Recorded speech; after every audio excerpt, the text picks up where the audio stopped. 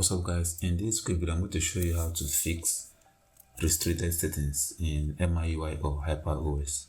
I've already done this video in the past for other Android operating system, but this video is specifically for MIUI or HyperOS.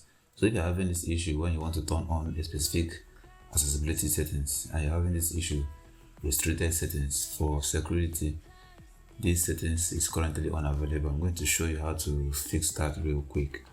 Okay, first things first, you have to go to the specific application info. That's where you're going to see where you're going to fix this issue.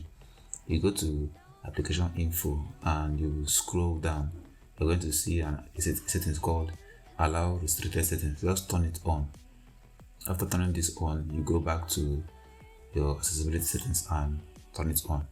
Now the app is going to let you turn on accessibility settings. If you find this video helpful, make sure you like the video and subscribe to my channel for more useful tutorials like this.